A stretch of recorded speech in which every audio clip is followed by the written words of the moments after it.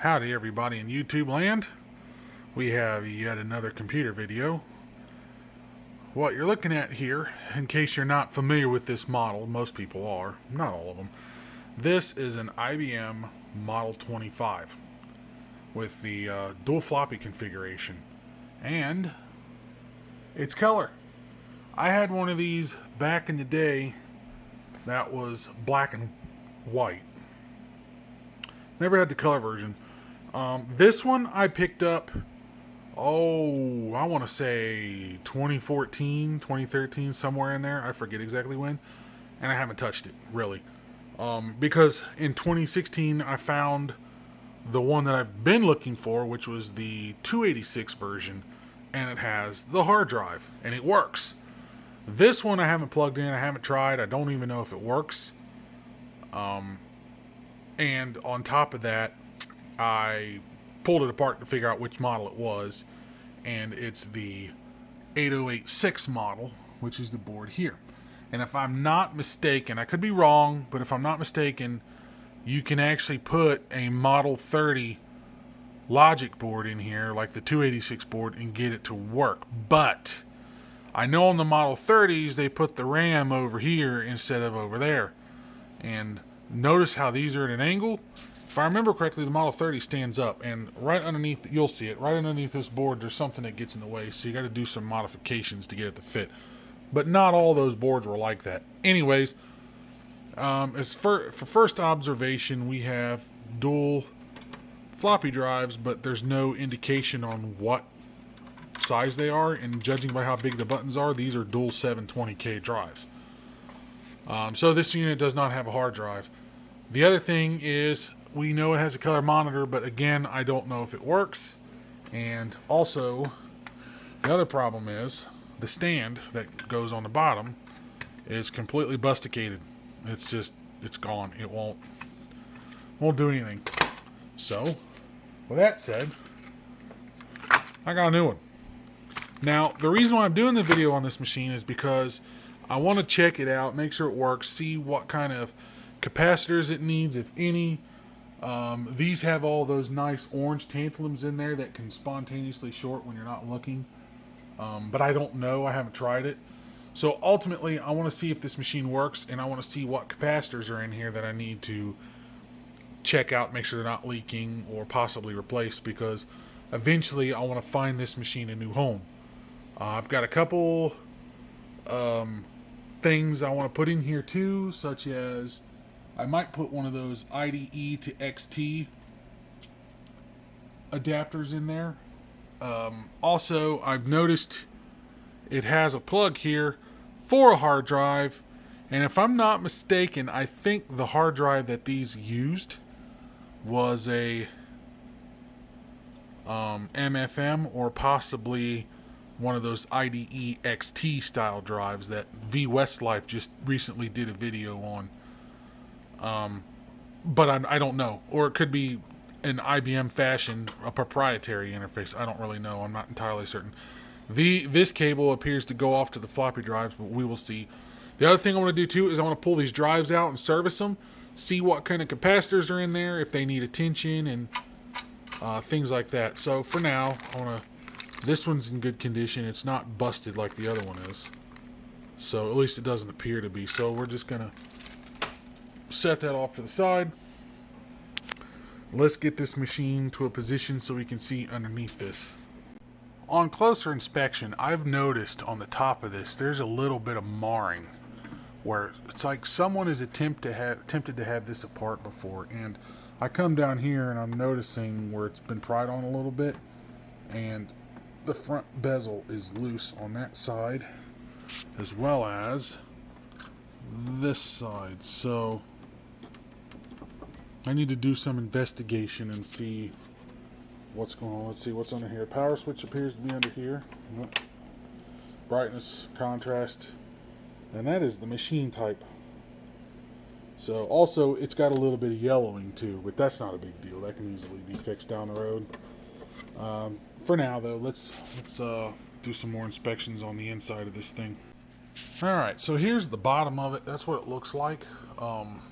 I'm not seeing anything out of place. These are your power and video cables that go off to the motherboard. And let's see, manufactured April of 1988. That's been a while. Let's see, I was like 2-3 years old back then, somewhere in there. Anyway, so let's see, 100 to 125 volts, 200 to 240 volts. So it's universal. This is that metal thing that would be in the way if you were to put a 286 Model 20 or Model 30 board in there, because the RAM would sit right there. So my 286 version of this machine does not have this little bump in the place there. It does not have that. It's a different design. So I'm assuming, I don't know what's in the way of that. We'll find out shortly, but I'm assuming that if you remove that, or somehow, if there's nothing in the way, you can put a 286 board in here. But pretty dusty too, so needs a clean. Anyways, let me see. What do I want to do first? Do I want to power this on, or do I want to take it apart? Let's see. You know, I don't know if it works.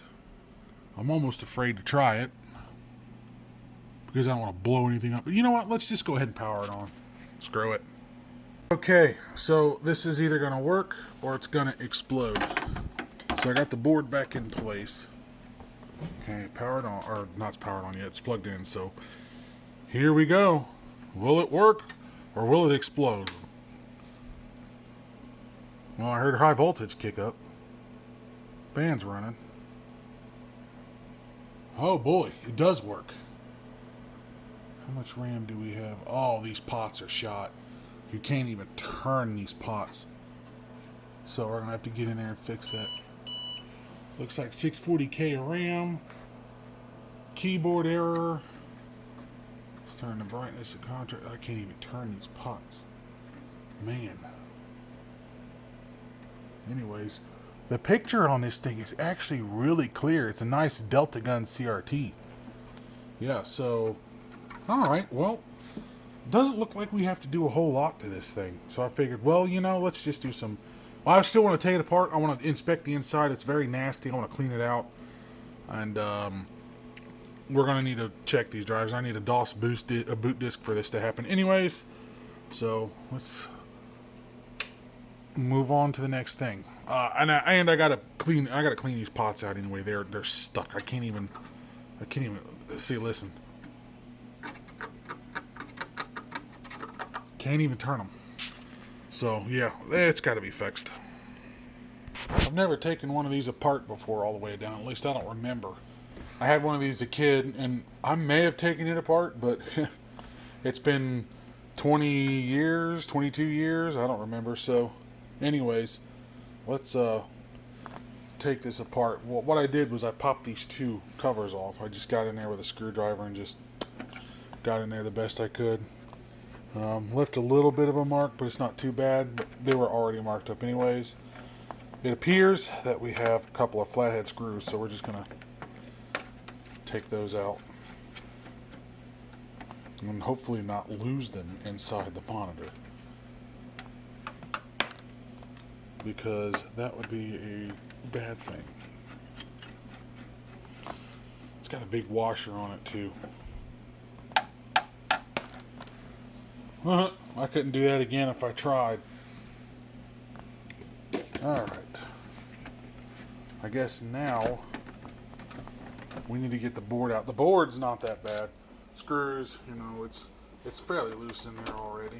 So we're going to go ahead and get the board out. Getting the board out of these is fairly straightforward. Once you get the two screws out, it's pretty much, I don't have the stand in there because, like I said, it was broke. It's pretty much straightforward. You'd lift and then pull it down like this. Kind of like reminiscent to a lot of the all-in-ones back then. And then from there, you just pull the power cable, get it removed like so, and then remove the video cable, which this monitor is probably just a regular old VGA monitor, so not a big deal there. So now we have that removed. Then to get the carriage out, there's a plastic clip right here. So you got to pull these two in, but you kind of have to move them so they're on top of one another. So when you pull them in like this, it comes out. That way, it will allow you to remove the entire thing. So there, that is now out of there. So in theory, I should be able to just lift this up and out, and we're done. So now I can get this out of the way, and I can start to disassemble these plastics, or at least figure out how to do so. Getting the back off was fairly straightforward. It was literally just pulling this guy back here and this guy back here to free up those two pins. And then the back cover just hinged off like that now that I got the two screws out. So now I need to get these two screws out, and in theory the whole front bezel should come off. So the reason why it was loose is because there's no latch or anything here. It's just, that's how it is. It's only held on by these pins. So if those pins ever break, that whole thing is going to move. I mean, you do have the two screws here that are the supports, but they only work so much.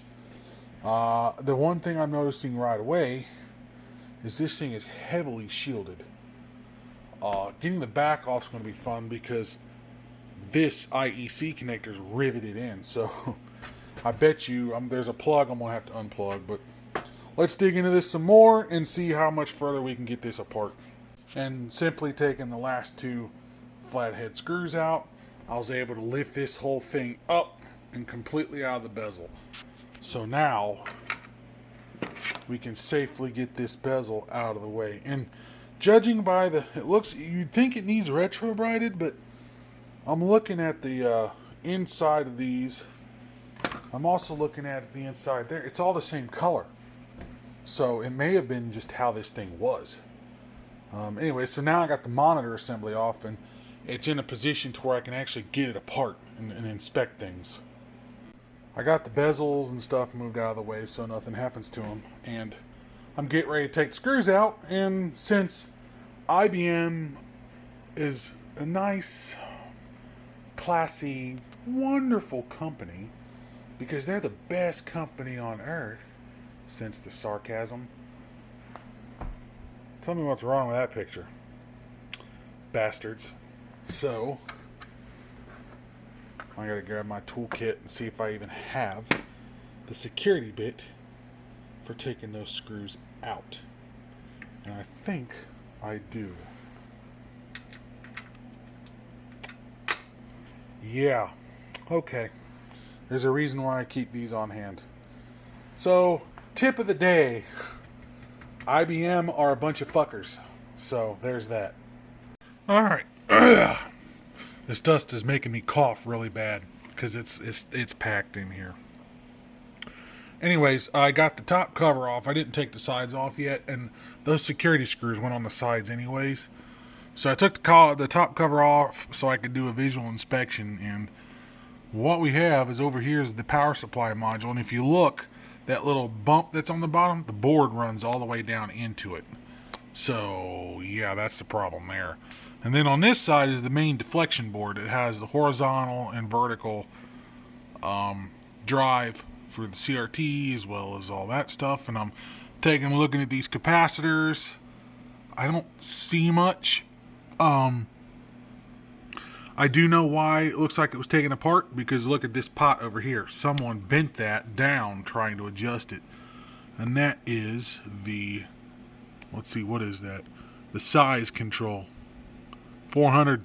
Yeah, so the 640 by 400 resolution size, and then the 640 by 480 size. There's the phase, amp, horizontal hold, horizontal phase, screen control. You know, it's all the adjustments for the CRT. There's a couple down there that look like they've been bent over too. So, anyways, I'm not seeing any immediate dangers with the capacitors. Can they be trusted? No, probably not. Because I've seen more times than not, especially with the Mac stuff, where they leak and damage the board. So, I mean, it's got that circuit glue that conducts on there. I mean, look at that. I can't use the phone light because the phone just says, "Hey, it's overheating." Anyway, so I got the glue in there. These blue, baby blue looking capacitors are notorious for leaking. I've seen it before, so they're going to have to come out. There's one down there. I'm not saying that they're leaking yet until we get the board out, but I can just about guarantee you that if they're not leaking now, they will be. So, and I know for a fact those baby blue ones leak because I've seen it before. Now over here, these Elite brand capacitors, I've never seen those before. So I don't know what their track record is, whether they're good or not. I'm not seeing any signs of leakage. Do I want to go ahead and change them to prevent a problem in the future? Possibly. I mean, the thing doesn't look like it's got a whole lot of hours on it. It wasn't used incredibly a lot. And I wouldn't expect it to because it only had a dual floppy configuration. There's only so much you can do with that. And it didn't have a terminal emulator card put in it either. So I think that's what we're going to do. We're going to pull these boards and then we're going to do some inspection to see how bad these caps are and what I need to order and do all that fun stuff. So, and then you can see the flyback hidden down in there too. And you can probably chase the anode lead around. It loops around and comes out, and there's the anode cap right there. So that guy right there. So picture tube is rated for a maximum of 25,000 volts. And with that said, you have to take all safety precautions when working on CRTs to make sure nothing gets damaged in the CRT itself or yourself. You don't want to kill yourself. And I just noticed something. There's a loose screw in this machine. That's new. I wonder where you came from. Oh, it's jammed up in there. Where did you come from? I didn't take that out. So, yeah, just found that. It's a good thing I did. Because could you imagine? If that fell into one of these circuit boards, it'd be game over for this thing. So, alright. Now I got a plan of attack. Let's get this thing apart. And then we're going to start looking at circuit boards so we know what we have to order. And we know what condition the boards are in. Alright. Why I hate IBM number 2. Rant mode. Remember how I said earlier we have these rivets here? Well, I'm trying to get this part and it won't come loose. And I'm sitting here trying to figure that out. But look up in here. Those rivets go through the IEC connector, but the IEC connector is part of the damn main board, the power supply board.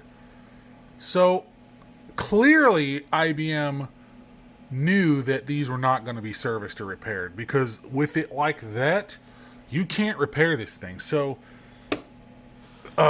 rant mode. So I guess at this point I'm going to have to grab the drill and I'm going to have to drill out the rivets. It's like, you've got to be kidding me. I think what I'm going to do to replace those rivets is probably get a couple of panhead coarse thread screws, or flathead, I mean, and then just run them down. But yeah, that is terrible. I got the board still mounted on the bottom plate because now I've got this cage loose. There's no support anymore, so I can't flip the monitor over. I don't want to damage anything, but man, that's just oh my god. Alright, I gotta fix that. Mission accomplished. Luckily, they were just aluminum. Alright, well that was painful. I got it out. I still gotta remove the rivets, but I'll do that once I get this thing out of here. So, let's see. Got shreds of paper in here. If I remember, that's how I received it. Anyways. Alright, well, now that we can actually physically see the circuit board. Alright, that explains that loose screw we saw. This fell out too, that little brass insert. Well, that's why. That makes sense now. Alright, so now we have a board that we can actually work with. Alright, let's see. I don't see. Oh, yeah, look at that. Look at that nice crack. Yeah, that's going to cause a problem. If it hasn't already. It might have been why this machine was retired. It's Oh, I got one developing on the AC pin too. I mean, yeah, it had to come apart. It had to come apart. Alright, well, see down in here. I guess at this point I need to remove the board. And the way to do that, since I already took the side screw off, is there's another screw here and one down hiding in here. Looks like it's missing. Yeah, it is. But yeah, this little bump gets in the way of the RAM on, because when you go to close the motherboard up, the RAM's going to hit that. My Model 25286 doesn't have that hump. It's just kind of, you know, I have to look back. Maybe it does, but I think it's trimmed back, so it only comes in about halfway. We'll see. I got to remember. I got to do that one too, and I might do a video on that or not. But look, we have a Hitachi CRT. That's probably why the picture is so good, because these Hitachi tubes are really, really good. They have a hell of a picture on them. Obviously, it's no Trinitron, but you can get damn close. So we have an M29 JHM00X47. That's the CRT tube type that is in this set. So let's get this board out, and then we can examine that. But I want to go to the other side and get the deflection board out too. So I got the board to swing out a little bit. That was a pain because I had to cut a zip tie here, and I had to unscrew a ground lug that was there. But I got it to swing out of the way. It's held up by the drill. And as soon as I took it out and I started looking at it, I can smell the aroma of fish oil. And anyone that's recapped electronics knows what I'm talking about. So I smell it. I don't physically see any signs yet, but it's starting somewhere. It's just starting. And I also saw the bad solder joints. This thing's riddled with it. The one thing I need to figure out is there's no plug for the secondary voltage outputs. Oh man, what is this? Oh yeah, yep. There you go. That one's bad. There's a leaker. Got a leaker. Yeah, I knew it.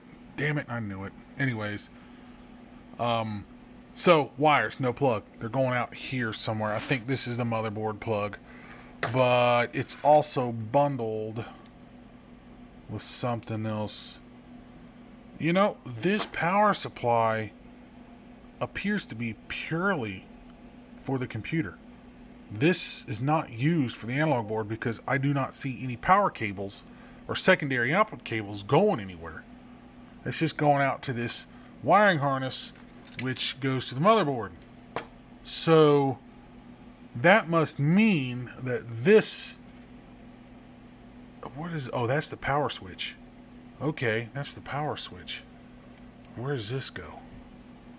That goes to the degaussing coil. Well, then how do you power the monitor? Wait a minute. Okay, that's the fan. That's the fan wire. This is... Ah, found it. This plug here plugs in right there. So this must feed the main B supply to the deflection board. Okay, starting to make sense now. So I got to cut all these zip ties, every single one of those, so I can snake it out of here and get this board out. But yeah, it's leaking. Oh man, it's oily. It's real oily. She's done. Got to be changed. I knew it. I knew these things were leakers. All right, I'm done with my ranting. I gotta get a capless to go. You see, you can see a little bit of bulging here. But that'll fool you too. You got to press on these and see if they go down flat. In this case, it does a little, but I'm actually feeling it domed.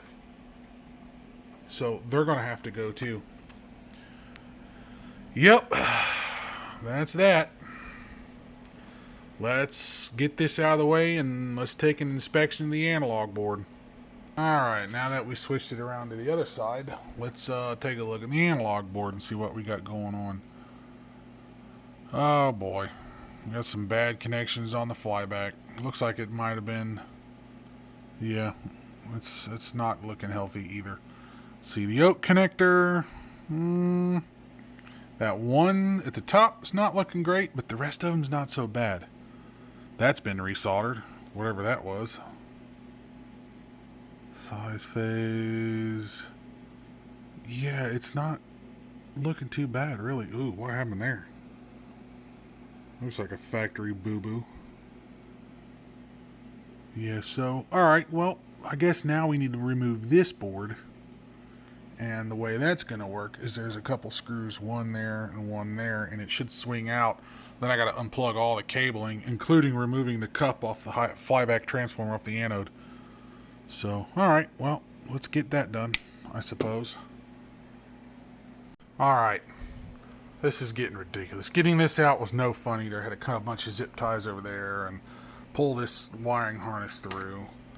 Yeah, and it's like I got some... got something caught over there with a zip tie. I think that's going to the front of the monitor. I've got to figure out if there's a way to unplug some of this stuff. It doesn't look like it, because I don't want to take this neck board with me if I don't have to, because it's connected via ground cabling off to the DAG ground. Yeah, this is a mess. Well, we got a flyback number. Yeah, this is a mess. I mean, it's... Alright, so... Not seeing a whole lot of signs of leakage here, but... Alright, well, I guess we're just going to keep chugging. Alright, so the neck board had to come with me because there's just things that are physically soldered together. Which means I had to cut the two wires to the DAG ground, but I can always... patch those back up later, either solder, heat shrink, whatever I got to do. So now I have this board out, so I can start getting a capacitor list together for this board. It doesn't look like there's that many. This thing doesn't have a lot of them. I'll do the same thing over here, and that will allow me to figure that out. The next thing I want to do is there's YouTube videos on this, I'm sure, many times. It's been gone over through many different channels, but this is how I like to do it. What I'm going to do is I'm going to ground the anode so I can pull it off. And the way to do this is to get a clip lead ground wire. Make sure the clip lead is good, because these Chinese clip leads are pieces of shit, and you don't want the arc to go through you. So what I'm going to do is find a convenient place to ground to the DAG, and, well, here's one right here. There's a ground screw I took off, so now I'm grounded. So I take this screwdriver and carefully get it up under the anode cup. And then we're going to touch the electrodes that are underneath it. And as you can tell, it's already discharged. So now, in theory, I should be able to pull this. Now, before you pull this, just keep in mind every CRT is different, and the way this hooks into the anode cup can vary between the tube types and the flyback types and all that stuff. So you want to always look up underneath here and see how it's done. And it uses two regular old pins, so you know you got to squeeze it like this because they're in that motion. So what we're going to do is we're going to sit here. We're going to pull it to one side, and then we're going to pop it as soon as I can get something under there. Alright, so... Oh man, those pins are long. Come on, pull up. Alright, well, that made a fool of me. So I guess I'm going to need two hands, because I got to get this guy underneath there and push on that pin, get it out of that socket. Just like that. I was able to pull it out. I mean, it's a little crooked, but it was actually stuck right there too, so, you know, make sure she's still discharged. Okay, we're good. So I can straighten that back out. That is not a big deal. I can make that all better. Alright, so anode cap is off. That allows me to separate the analog board. I can move all this stuff out of my way so nothing happens to it. Just tuck it all away so nothing happens to it. Now I have the analog board that I can work with, the deflection board, and get all the parts for that. So that is going to conclude this video. In the next video, we're going to pick up where we left off. We're going to have our capacitor order in. We're going to start recapping this thing and moving on with the digital electronics after that. So Thank you for watching. If you have any comments, please feel free to leave one, and I will try to get back with you. Thank you for watching.